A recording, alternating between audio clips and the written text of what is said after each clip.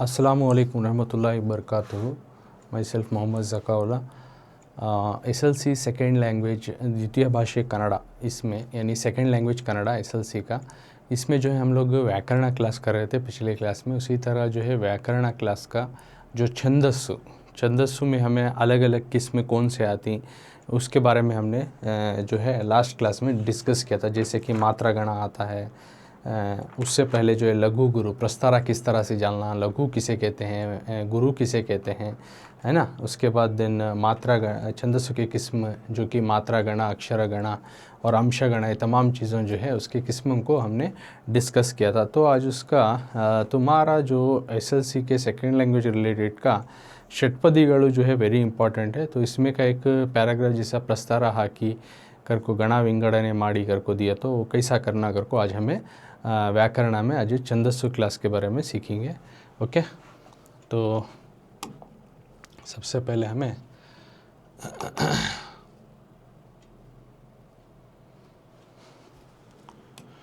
Text book जो है मैं ओपन कर लेता हूँ, PDF को। ओके, आप अपने टेक्स्ट बुक में भी ओपन कर ले सकती। तो पेज नंबर वगैरह सब बोलता हूँ।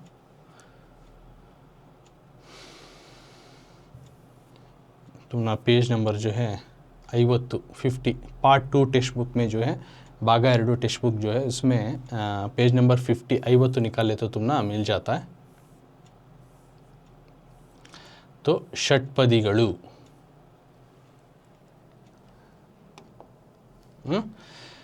तो षटपदिಗಳು के बारे में हमें जो है डिस्कस करेंगे आज।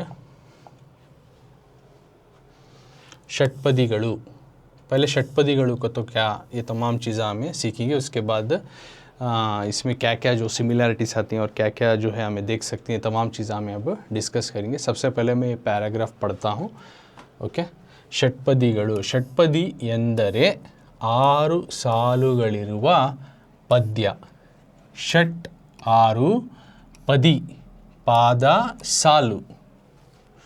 ಷಟ್ಪದಿಗಳಲ್ಲಿ ಶರ, ಕುಸುಮ, ಭೋಗ, ಭಾಮಿನಿ, ಪರಿವರ್ಧಿನಿ, ವಾರ್ಧಕ ಎಂಬುದಾಗಿ 6 ವಿಧಗಳಿವೆ।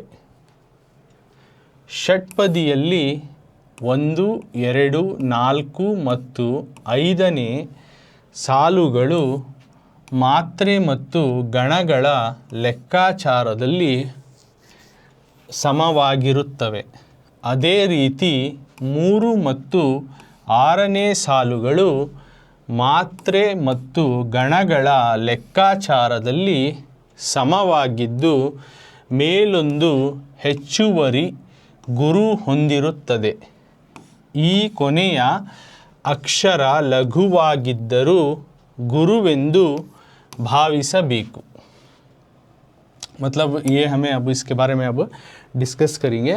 तो षटपदी का तो क्या, षटपदिಗಳು, तो उसमें सबसे पहले षटपदी का मतलब है, षटपदी ಎಂದರೆ, षटपदी का मतलब है 6 यानी 6 सालुಗಳಿರುವ 6 लाइन रहने वाला, यानी षटपदी यानी 6 लाइन्स रहती हैं, उसमें 6 लाइन्स वाला पोयम, नज़म करको, पद्य का तो नज़म पोयम, 6 लाइन वाला नज़म या पोयम। षटपदी का मतलब है एक नज़म जो उसमें 6 लाइन्स आते हों, एक पोयम या एक नज़म जिसमें 6 लाइन रहते हैं उसको कहते हैं षटपदी। ओके, समझ में आया ना। षटपदी किसे कहते हैं, तो नज़म में आते हैं, नज़म में अगर उसमें 6 लाइन रहा तो उसको षटपदी बोलते हैं। तो षटपदी का यहाँ 2 वर्ड बना को तुम ना समझा रही है। षटपदी में का षट का मतलब है 6, षट का मतलब है 6 यानी 6। पदी का मतलब है पादा यानी सालू, लाइन्स। ओके, पदी का मतलब है पादा या सालू मतलब लाइन्स। षट यानी 6 लाइन्स, 6 पादा 6 सालू। ओके, षटपदिಗಳಲ್ಲಿ, षटपदी में क्या रहती, कौन से किस्म रहती हैं, तो शरा, कुसुमा, भोगा, ಭಾಮಿನಿ, ಪರಿವರ್ಧಿನಿ, ವಾರ್ಧಕ ಎಂಬುದಾಗಿ 6 ವಿಧಗಳಿವೆ। षटपदी में क्या रहती, 6 टाइप्स रहती, 6 किस्म। कौन से षटपदिகள், षटपदी में 6 किस्म, जैसे कि शरा, कुसुमा, भोगा, भामिनी, परिवर्धिनी, वार्धक, इस तरह से 6 ಎಂಬುದಾಗಿ 6 ವಿಧಗಳು, 6 किस्में। षटपदी में 6 किस्में हैं। तो सबसे पहले इसमें शराकर को है, उसके बाद कुसुमा है, उसके बाद भोगा है, उसके बाद भामिनी है, परिवर्धिनी है, वार्धक। इस तरह के 6 किस्में जो है षट्पदी में आते हैं। ओके, षट्पदी में 1, 2, 4 यानी फर्स्ट, सेकेंड, फोर्थ ಮತ್ತು 5ನೇ यानी fifth, first, second, fourth and fifth ने सालुगुಳು यानी फर्स्ट, सेकेंड, फोर्थ और फिफ्थ वाला लाइन्स जो ही मात्रे ಮತ್ತು ಗಣಗಳ मात्रे और ग्रुप के तहत ಲೆಕ್ಕಾಚಾರದಲ್ಲಿ उसके हिसाब किताब से, ग्रुप के हिसाब किताब से और मात्रों के हिसाब किताब से जो है फर्स्ट, सेकंड, फोर्थ और फिफ्थ के लाइन जो षट्पदी के जो नज़म आता है इसमें जो 6 लाइन रहती हैं, इसमें षट्पदी यानी 6 लाइन वाला पोएम, राइट, उसमें का फर्स्ट, सेकंड और फोर्थ, फिफ्थ वाले लाइन, ओके, फर्स्ट, सेकंड और फोर्थ, फिफ्थ वाले लाइन जो है उसके लाइन के जो मात्रे जो आते हैं, जैसा बोले हूँ लघु जो है 1 मात्रा आता है, गुरु का 2 मात्रा आता है नहीं। तो ये पिछले क्लासेस में मात्रेगणों को तो क्या समझाकूँ, गणा का तो ग्रुप कैसा बनाना ये भी समझाकूँ। तो मात्रे और गणा के हिसाब में, मात्रे और गणा यानी ग्रुप, जो गुरु लेटर्स का ग्रुप या लघु गुरु प्रस्तारा डालते हैं ना, वो हिसाब का जो ग्रुप, मात्रों के हिसाब से ग्रुप और गणों के हिसाब से ग्रुप में जो हिसाब किताब डाले तो ಲೆಕ್ಕಾಚಾರದಲ್ಲಿ ಸಮವಾಗಿರುತ್ತೆ, ಈಕ್वल रहती, सेम रहती। फर्स्ट, सेकंड, फोर्थ, फिफ्थ के जो है लाइन्स में पोएम में जो मात्रों के तहत और गणा के तहत में हिसाब किताब में सेम रहती, इक्वल रहती।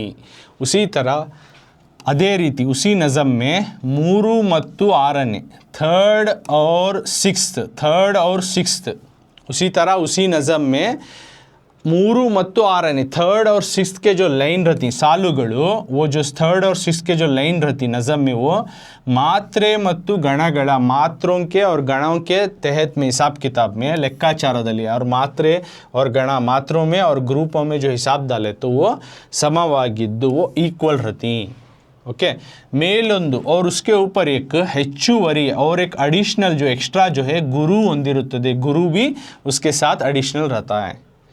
ಈ ಕೊನೆಯ अक्षर, ये आखिरी वाला हुरुफ जो है लघु ಆಗಿದ್ದರು, ये आखिरी वाला हुरुफ जो है लघु रहा तो भी हमें उसको गुरुवेंदु भाविसಬೇಕು, हमें उसको गुरु समझना है। लघु रहा तो भी उसे हमें गुरु समझना है, ओके। तो इसमें क्या क्या बोल रही हैं, तो षट्पदी का मतलब है 6 लाइन वाला पोएम, षट का माने 6, पदी का मान, षट्पदी में 2 वर्ड हैं, तो षट और पदी कर को, षट का मतलब है 6 यानी 6, पदी यानी पादा यानी लाइन कर को यानी सालू। तो षट्पदी में 6 किस्म आते हैं, जैसे कि शरा, कुसुमा, भोगा, भामिनी, परिवर्धिनी, वार्धक, इस तरह के 6 किस्म षट्पदी में आते हैं। तो षट्पदी का माना है 6 लाइन वाला नज़म, 6 लाइन वाला पोएम। तो षट्पदी में और एक क्या मिलता है, और एक क्या चीज़ हमें जानना का, तो षट्पदी वाले पोएम यानी 6 लाइन वाले पोएम में उसमें के फर्स्ट, सेकेंड, फोर्थ और फिफ्थ वाले लाइन जो मात्रों के तहत और गणों के तहत में जो है हिसाब डाले तो मात्रे और उनके गणा इसका हिसाब किताब डाले तो सेम रहती, इक्वल रहती, ओके। फर्स्ट, सेकंड, फर्स्ट का कितने मात्रे गणा आती हैं, सेकंड के भी उतने आती हैं, सेकंड में कितने आती हैं उतने, फोर्थ में भी मात्रे और गणा सेम रहती, फिफ्थ में भी मात्रे और गणा सेम रहती। मात्रे गणा क्या करता हूँ मैं पिछली क्लास में डिटेल से समझाऊँ, तुम्हें जाकर उसमें देख ले सकती, ओके। और उसी तरह थर्ड और सिक्स्थ लाइन में, 6 वाले लाइन में, 6 लाइन वाले पोएम में थर्ड और सिक्स्थ वाले लाइन के जो मात्रे और गणा भी जो हिसाब डाले तो सेम रहती, ಲೆಕ್ಕಾಚಾರದಲ್ಲಿ ಸಮವಾಗಿದ್ದು ಸೇಮ್ रहती। उसके ऊपर एडिशनल एक गुरु रहता है, ये कोनेया अक्षर, ये आखिरी वाला हुरुफ उसको गुरु लघु रहा तो भी उसको गुरु कर को कंसीडर करना, गुरुवेंदु। तो इसका आखिरी हुरुफ क्या रहता है, अगर लघु रहा तो भी उसे हमें गुरु कर को डाल लेना, कर को बता रही। ये हुआ षट्पदी का मतलब, षट्पदी में क्या क्या रहता कैसा। नेक्स्ट और क्या है इसके बारे में देखेंगे। षट्पदी में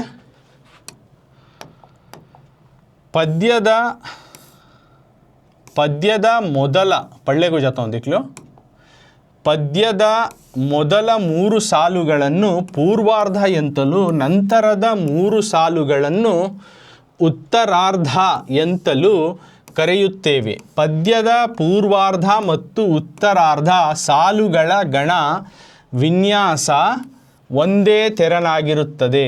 ಈ ಲಕ್ಷಣಗಳು ಸಾಮಾನ್ಯವಾಗಿ ಎಲ್ಲ ಷಟ್ಪದಿಗಳಿಗೂ ಅನ್ವಯಿಸುತ್ತವೆ, ओके, मतलब अब यहाँ क्या समझा रही है, तो पद्यದ पोयम के ಮೊದಲ ಮೂರು पोयम के पहले तीन जो हैं ಸಾಲುಗಳನ್ನು, पोयम के पहले तीन लाइन उसको जो है पोयम में जो पहले के तीन लाइन आती हैं उसको पूर्वार्धा अगर को बोलती हैं। अब नज़म रहता उसमें के पहले तीन लाइन आती है उसको पूर्वार्धा ಎಂತಲು पूर्वार्धा अगर को बुलाती हैं। ನಂತರದ उसके बाद के जो तीन लाइन आती ಮೂರು ಸಾಲುಗಳನ್ನು उत्तरार्ध ಎಂತಲು उसको उत्तरार्ध कर को बुलाती हैं। अब नज़म ही 6 लाइन वाले पोयम तो उसमें के पहले तीन लाइन को पूर्वार्धा बोलते हैं, उसके बाद के नीचे के तीन लाइन को उत्तरार्धा अगर को बोलती हैं। समझ में आया? नेक्स्ट पद्यದ पोयम के पूर्वार्ध ಮತ್ತು उत्तरार्धದ पोयम के जो पूर्वार्ध है और उत्तरार्ध है ये सालुगलु ये लाइन जो है गणा विन्यास गणा में जो विन्यास गणा जो ग्रुप बनकर रहता है वो ಒಂದೇ तरह तो उनका ग्रुप जो बनकर रहता है एक ही किस्म में रहता है। ये लक्षणगलु ये जो कैरेक्टरिस्टिक ये जो लक्षण जो है उनके जनरली तौर पे सामान्यವಾಗಿ जनरली कॉमन में ಎಲ್ಲ षटपदी सारे षटपदी को जो है वो अप्लाई होता है, अन्वयिಸುತ್ತದೆ अप्लाई होता है। तो इसमें क्या हमें समझना है, तो पोयम अब षटपदी का पोयम है समझो, उसमें पहले तीन लाइन को पूर्वार्धा कर को बुलाती, पहले के तीन 6 लाइन रहती हैं षटपदी में, राइट, तो पहले के तीन लाइन को पूर्वार्धा बोलती और उसके बाद के तीन लाइन जो ही 4th 5th 6th लाइन उसको उत्तरार्धा। षटपदी में 6 लाइन है तो पहले तीन लाइन को पूर्वार्धा और उसके बाद के तीन लाइन को उत्तरार्धा अगर को बोलती हैं। और ये पूर्वार्धा और उत्तरार्धा के लाइन जो है इनके गणा और इनके ग्रुप जो हमें विन्यास देखे तो एक ही तरह का रहता है। पूर्वार्धा के तीन लाइन और उत्तरार्धा के तीन लाइन के गणा देखे तो सेम सिमिलैरिटी रहती, चेंज नहीं रहता। तो ये जो कैरेक्टरिस्टिक सभी षटपदियों को अप्लाई होता, अन्वयिಸುತ್ತದೆ। ओके, अब इसके बाद यहाँ एक पोयम देखो ही, पोयम को हमें लघु गुरु दाल को उसका गणा विंगड़ने करना और ये कौन सा आता है अगर को लिखना। ओके, तो यहाँ पोयम है देखो पेज नंबर 50 में, ಎಂದೊಡ ಅರ್ಜುನ ನಗುತ ರಥವನು ಮುಂದೆ ನಾಲ್ಕೆಂಟಡಿಯ ನೂಕಲು ಕೊಂದನೀ ಸಾರಥಿಯೇ ಎನ್ನುತ್ತ ಸಂವರಸಿ ಮುಂಜೆರಗ। ये पोयम है, ಎಂದಡ अर्जुन ನಗುತ ರಥವನು ಮುಂದೆ ನಾಲ್ಕೆಂಟಡಿಯ ನೂಕಲು ಕೊಂದनी सारथी ಎನ್ನುತ್ತ संवरसी मुंजेरगा कर को एक नज़म है। तो इसे हमें लघु गुरु प्रस्तारा डालना, उसके बाद गणा विंगड़ने करना। ओके, अब कैसा करना उसको देखो, ಎಂದೊಡ अर्जुन अगर कोई नहीं यन ये और 10 है नहीं, इसको गुरु डालना, हमें क्या डालना, गुरु डालना। 2 को क्या डालना, लघु डालना। इसको समझ में आया? 2 कर को जो आता है, अब तुमने मालूम है अगर क्यों ऐसे गुरु डालना का, तो यन कर को है क्यों होगा, तो इसको अनुस्वार वाला हरूफ एक 0 आगा तो वो दोनों को मिला को हमें गुरु डालना, तो गुरु डाली।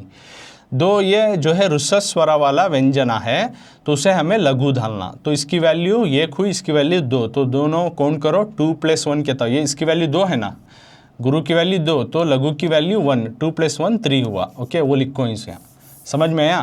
नेक्स्ट अब इसे डाली लघु गुरु, डाकू गुरु डाली क्यों को, तो यहाँ अर्कावತ್ತು ಒತ್ತಕ್ಷರದ ಹಿಂದಿನ अक्षर रूल्स में बोल कोई नहीं, तो उसके वास्ते ಒತ್ತಕ್ಷರದ ಹಿಂದಿನ अक्षर गुरु आता है, तो उसके वास्ते गुरु डाली। अब इसको एज यूजुअली लघु डालना क्यों को, तो जू को तो कौन सा ये रुस्वरा का व्यंजना ऊ साउंड आ रहा है तो उससे लघु डालना। ना का तो आ, ये भी रुस्वरा, इसके वास्ते लघु। अब ये काउंट करो, ये 2 + 1 + 1 कितना हुआ, 3 4 हुआ, यानी 3 4 3 4 बना ले को जाना इस षटपदी में। ओके, बामिनी षटपदी को रहा तो 3 4 3 4 का गणा बनाना, ग्रूव्स बनाना। तो पहले 3 को डाली एक लाइन, बाद में 4 हुआ है उसे लाइन डाली, तो इसकी वैल्यू 2, ये 1 कितना हुआ 4 हुआ नहीं, तो ऐसा 3 4 3 4 3 4 का बना ले जाना ग्रुप।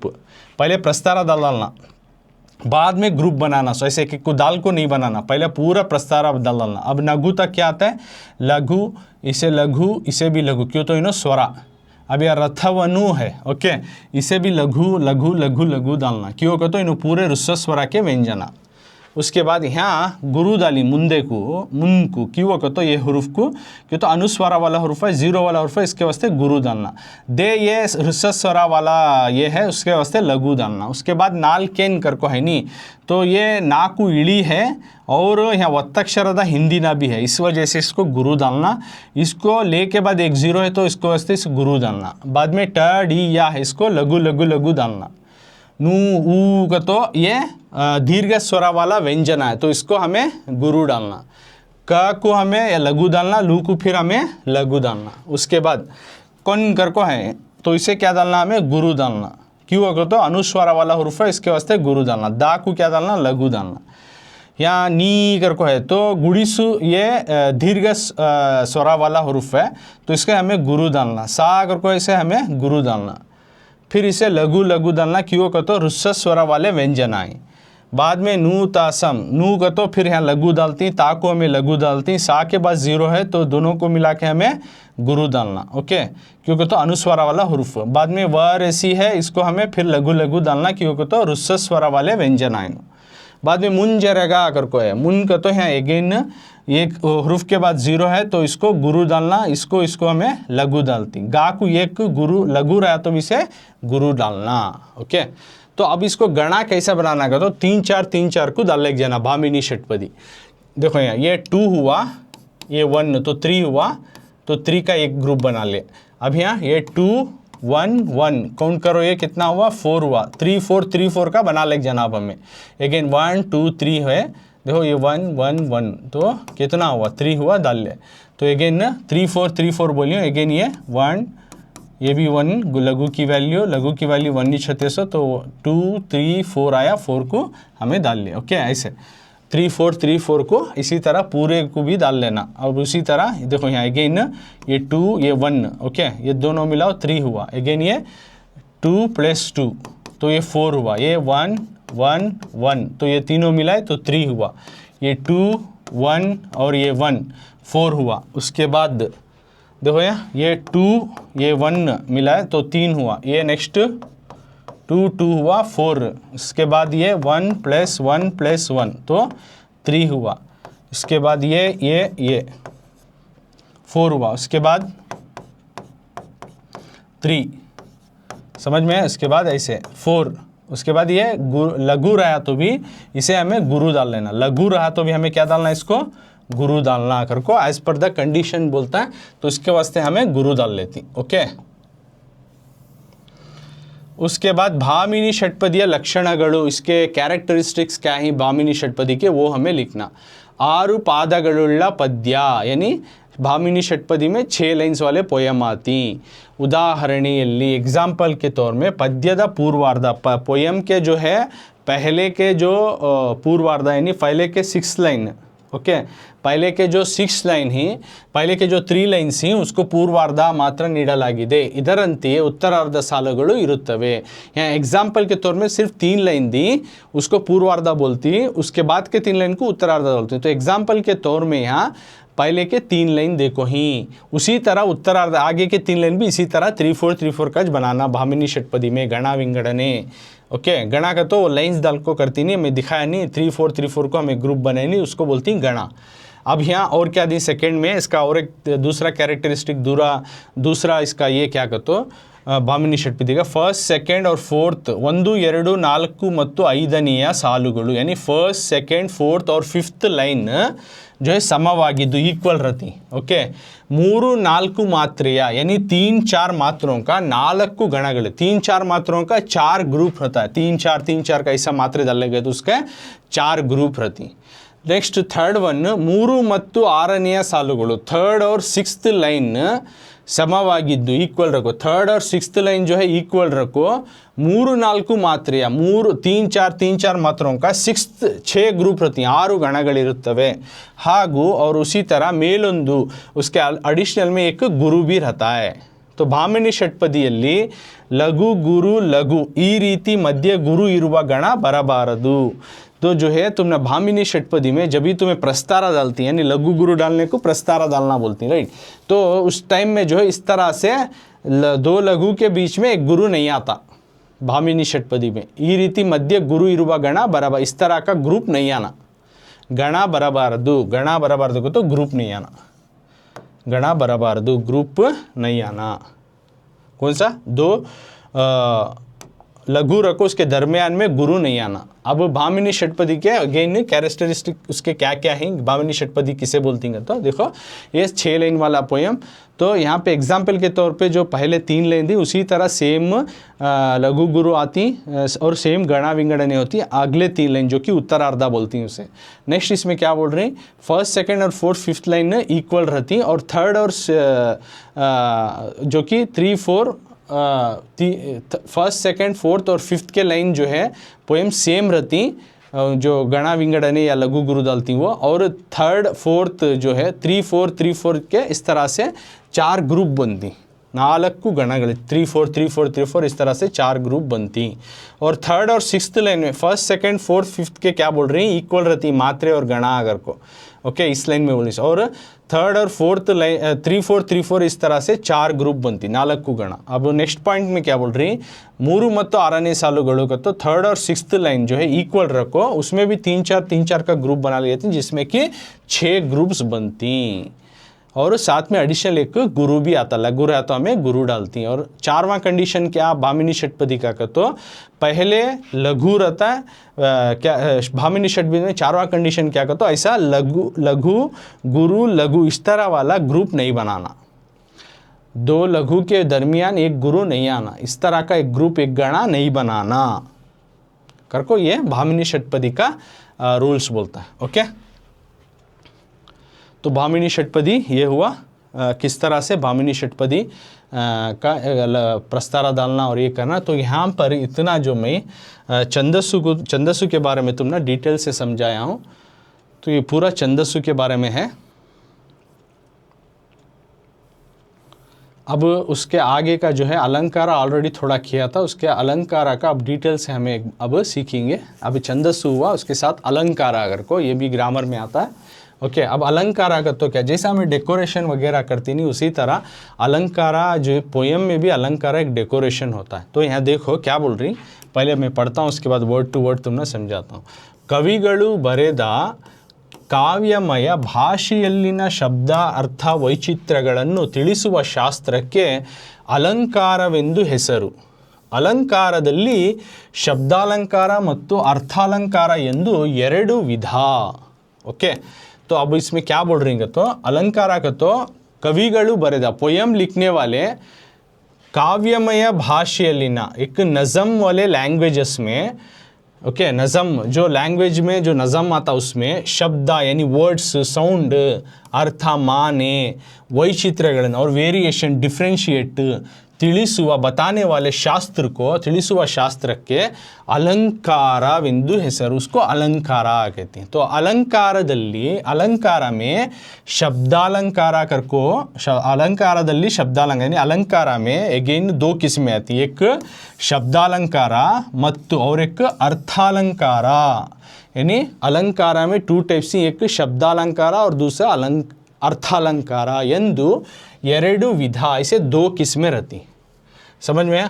तो अलंकार का तो देखो जिस तरह से हमें एक ब्राइड या ग्रूम रेडी होना दो शादी के अवसर के, तो पहले उन्होंने अपने आप को क्या करती हैं पूरा सजा लेती हैं, सज धज को आती नहीं। उसी तरह नज़मों में पोयम में जो है सजाया जाता है किस तरह से करको तुम ना बताता हूँ। जैसा कि यहाँ बोल रही पोयम जो पोएट जो नज़म लिखता है उस लैंग्वेज में किसी भी ज़बान में जो उन्हें नज़म लिखता है, जैसा कन्नड़ा में लिखता है, तो उसमें की जो आवाज़ वर्ड्स आवाज़ माने और उसमें की वेरिएशन डिफ्रेंशिएट ये चीज़ों को बताने वाले शास्त्र को जो है अलंकारा बोलती हैं। ओके, यानी इसमें भी पोयम नज़म अच्छा दिखना अगर को उसे डिज़ाइन कर को लिखता पोएट, अलग अलग उसमें जान डालता है, अलग अलग वर्ड्सों को डालता है, कंटेंट को डालता है, इमेजिनेशंस को डालता है, नहीं ये सब डेकोरेशन, क्योंकि पोयम अच्छा दिखे, पढ़ने भी अच्छा लगे और उसका मायने भी अच्छा लगे और लोगों तक मैसेज भी पहुँचे, ये पोएट का इमेजिनेशंस में उन्हें लिखता है।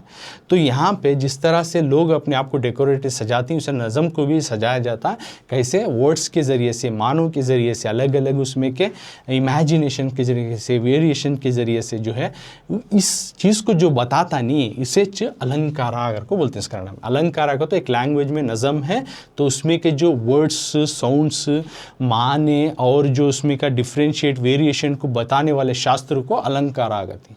तो अलंकार में दो किस्में, एक शब्दालंकार और दूसरा अर्थालंकार। ओके, दो किस्में, एक शब्दालंकार दूसरा अर्थालंकार ಎಂದು ಎರಡು ವಿಧ। ऐसे दो किस्में अलंकार में, दो किस्में हैं, एक शब्दालंकार और दूसरा अर्थालंकार।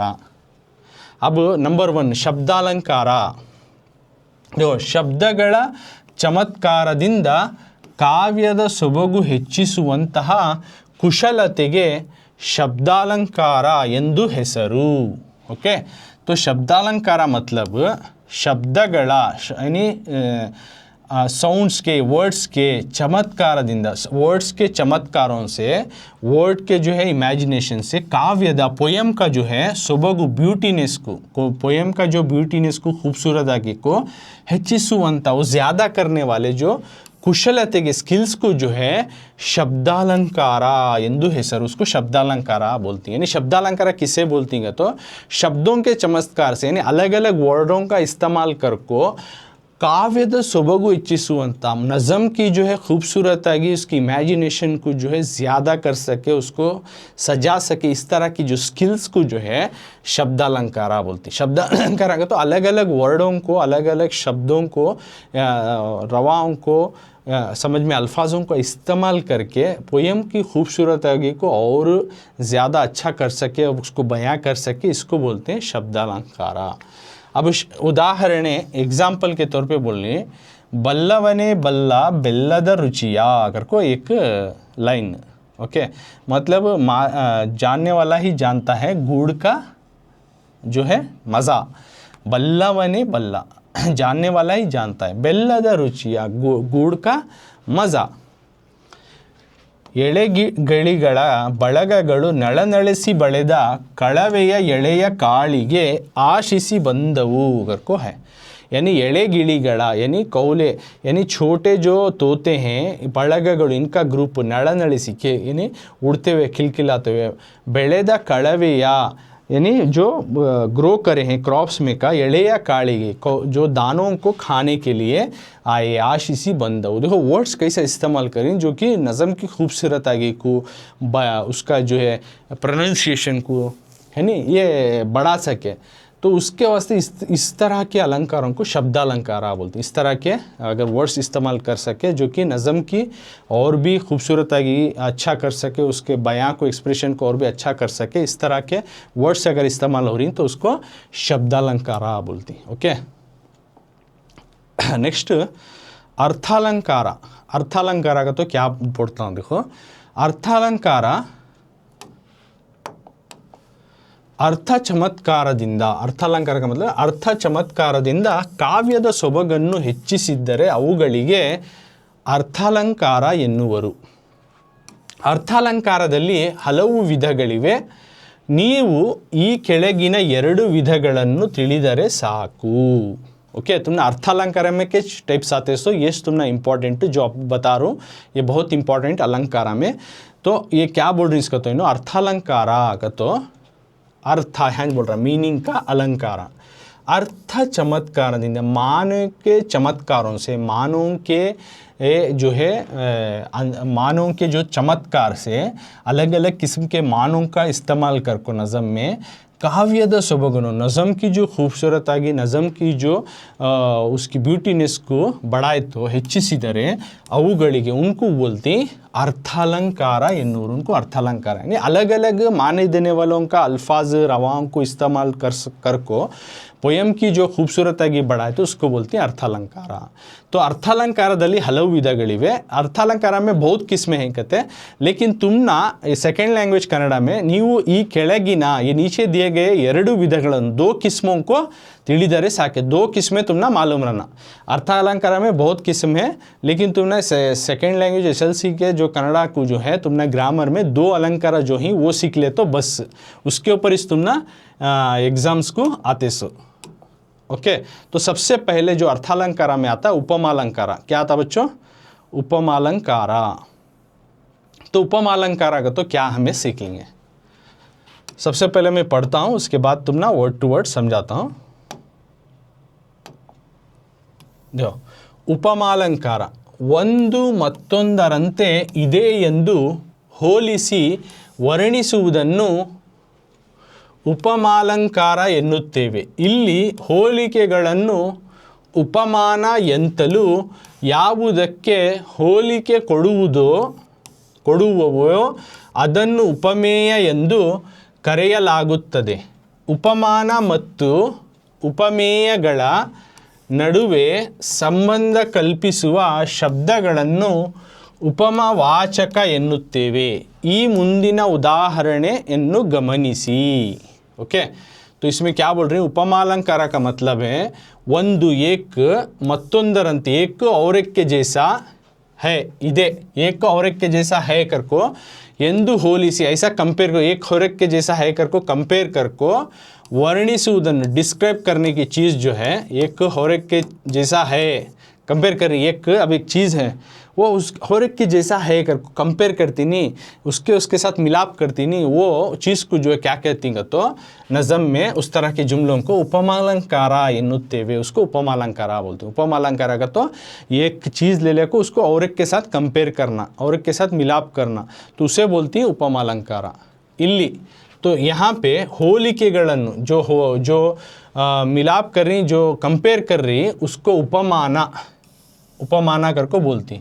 ओके, ಯಾವುದಕ್ಕೆ ಹೋಲಿಕೆ ಕೊಡುವೆವೋ, किसे हमें कंपैरिजन कर रही कि उसे उपमेय कर, किससे हमें कंपैरिजन दे रही की उसे उपमेय.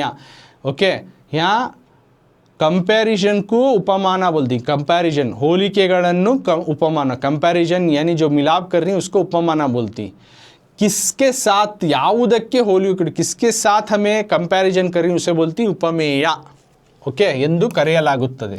तो ये पॉइंट्स तुम्हें लिखना अलंकारा में कभी भी, उपमाना कौन सा आता है, उपमेय कौन सा आता है करको. तो उपमाना का तो जो कंपैरिजन हो रहा नहीं उसको बोलती, कंपैरिजन को उपमाना बोलती. किसके साथ कंपैरिजन कर रही नहीं उसको उपमेय बोलती. उपमाना ಮತ್ತು ಉಪಮೇಯಗಳ, उपमाना और उपमेय के दरमियान नಡುವೆ संबंध कल्पिಸುವ, उनके बीच में जो संबंध जो लाने वाले शब्दों को, यानी कंपेयर हो रहा है, कंपैरिजन और कंपेयर होने वाली चीज़ दोनों के दरमियान में जो कनेक्ट कर रहा है, इस तरह के वर्ड को, दोनों के बीच में जो है संबंध जोड़ रहा है, इस तरह के वर्ड्स को उपमावाचक ಎನ್ನುತ್ತೆ, उसको उपमावाचक आकर को बोलती. सो ಈ ಮುಂದಿನ ಉದಾಹರಣೆಯನ್ನು गमनिसी, ये नीचे दिए गए एग्जाम्पल्स को देखो. तो उपमालंकार आगा तो तुमने ये याद रखना, एक को और एक के साथ कंपेयर करती या डिस्क्राइब करके उसके साथ बोलती. ओके, उसे उपमालंकारा बोलती. यहाँ जो कंपैरिजन को उपमाना बोलती, किसके साथ हमें कंपैरिजन करती कि उसे उपमेय बोलती. कंपैरिजन और कंपैरिजन होने वाले वर्ड्स के बीच में जो कनेक्ट करता वर्ड, जोड़ता वर्ड, उसको उपमावाचका. तो ये पॉइंट्स याद रखना हर अलंकारा में. ओके, उपमाना, उपमेय, उपमाना वाचक ऐसे भी. तो यहाँ पे एक मिसाल के तौर पे तुम ना देखो, समझा रही. तो एक सेंटेंस देती हूँ ना,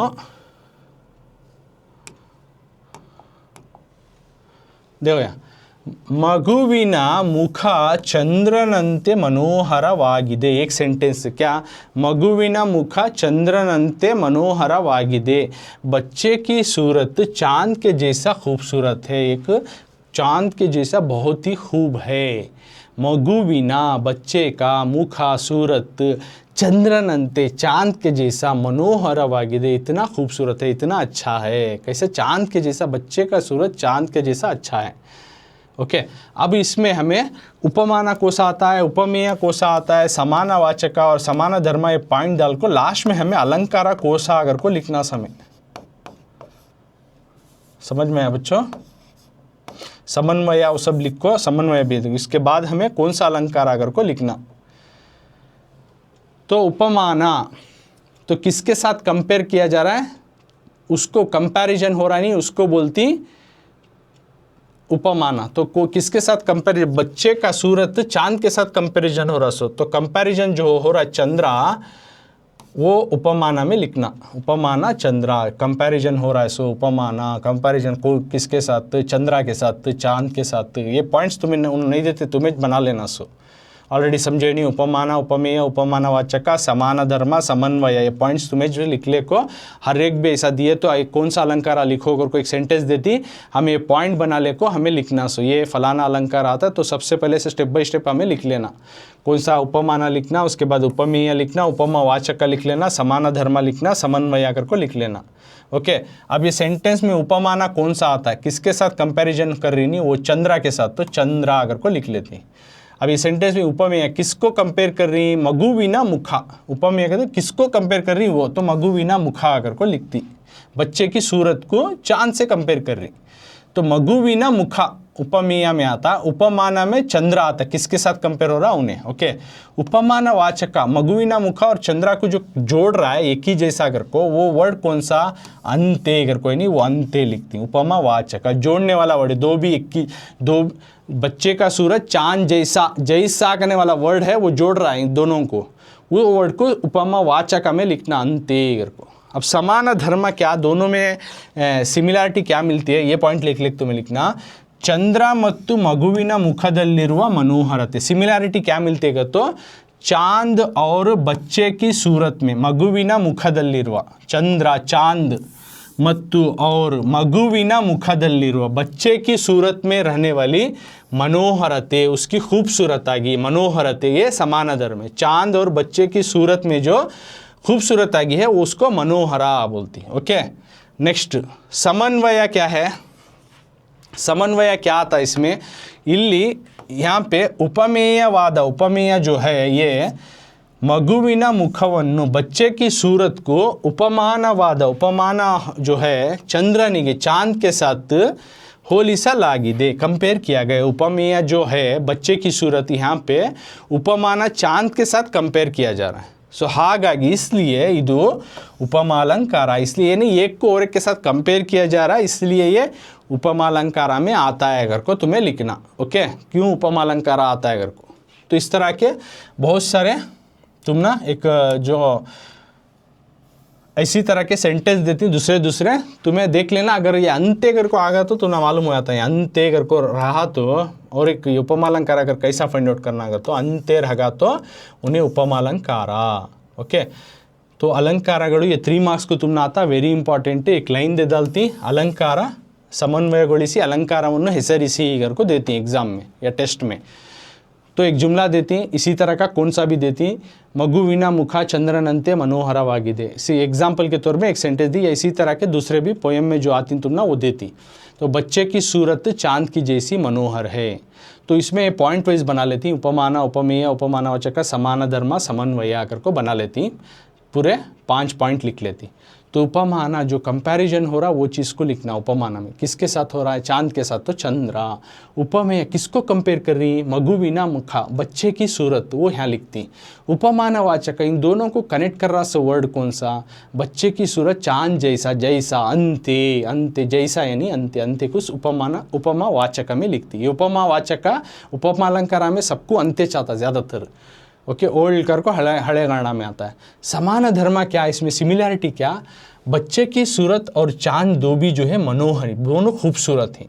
चंद्र ಮತ್ತು ಮಗುವಿನ ಮುಖದಲ್ಲಿರುವ मनोहरते को लिखना, समान धर्म इक्वालिटी सेम सिमिलरिटी क्या है तो दोनों में बच्चे की सूरत और चांद में मनोहर, चंद्र ಮತ್ತು ಮಗುವಿನ ಮುಖದಲ್ಲಿರುವ मनोहरते अगर को लिखती, या फिर डायरेक्ट होता सब नहीं लिखने, मनोहरा अगर को लिख डाले तो मार्क्स मिलते हैं तुम ना। ओके उसके बाद नेक्स्ट समन्वय क्या है, यहाँ उपमेय जो बच्चे की सूरत है उपमाना जो चांद के साथ कंपेयर किया जा रहा है, उपमेय जो बच्चे की सूरत है वो उपमाना चांद के साथ कंपेयर किया जा रहा है। ओके तो इसको उपमालंकारा बोलती, क्योंकि तो अंत्य आ गया नहीं इसके वास्ते इसको उपमालंकारा बोलती। नेक्स्ट रूपकालंकार, रूपकालंकार आगा तो क्या ये देखेंगे, ರೂಪಕಾಲಂಕಾರ ಒಂದು ಮತ್ತೊಂದರಂತೆ ಇದೆ ಎಂದು ಹೇಳದೆ ಹೋಲಿಸುವ ವಸ್ತುಗಳೆರಡು ಒಂದೇ ಎಂದು ವರ್ಣಿಸುವುದನ್ನು ರೂಪಕಾಲಂಕಾರ ಎನ್ನುತ್ತಾರೆ। ಇಲ್ಲಿ ಉಪಮಾನ ಮತ್ತು ಉಪಮೇಯಗಳ ನಡುವೆ ಭೇದ ಇರುವುದಿಲ್ಲ, ಅಭೇದ ಕಲ್ಪನೆ ಇರುತ್ತದೆ। मतलब यहाँ क्या है, देखो रूपकालंकार का तो ये नेक्स्ट अर्थालंकार में दूसरा जो उपमालंकार और रूपकालंकार, दो के बारे में सुनना सवाल आते हैं एग्जाम में और टेस्ट में। अब रूपकालंकार का तो ये अलग किस्म, उपमालंकार का तो तुम्हें वैसा पॉइंट वाइज बना लिखते हैं। अब रूपकालंकार का तो देखो इसमें ಒಂದು एक ಮತ್ತೊಂದರಂತೆ औरक जैसा इदे ಎಂದು ಹೇಳದೆ, एक औरक जैसा है कर को नहीं बोलते, ಹೇಳದೆ ಹೋಲಿಸುವ जो कंपेयर हो रही वस्तुगಳೆರಡು कंपेयर हो रहा है, जो कंपेयर कर रही दोनों भी ಒಂದೇ एक ही चीज कर को वर्णिಸುವುದನ್ನು, एक ही कर को डिस्क्राइब या बोलने वाले जो चीज़ को रूपकालंकार ಎನ್ನುತ್ತೇವೆ। एक्सक्यूज मी सॉरी, तो उसको रूपकालंकार बोलती है। यानी यहाँ एक कंपेयर हो और कंपैरिजन हो रहा जो उसे एक दूसरे जैसा है कर को बोलते नहीं, दोनों भी एक ही चीज कर को बोल डालती रूपकालंकार में। ओके, तो उपमान ಮತ್ತು ಉಪಮೇಯಗಳ ನಡುವೆ भेद इरुವುದಿಲ್ಲ, तो उपमान और उपमेय के दरमियान में जो है डिफ्रेंशिएट नहीं रहता, दोनों भी एक ही चीज करने का इमेजिनेशन रहता है। तो ये हुआ रूपकालंकार यहाँ तक। ओके, तो इसके बाद इसका एग्जाम्पल और कुछ मोर एग्जाम्पल से ये सभी अगली क्लास में हमें डिस्कस करेंगे, जो कि अलंकार का रिलेटेड है।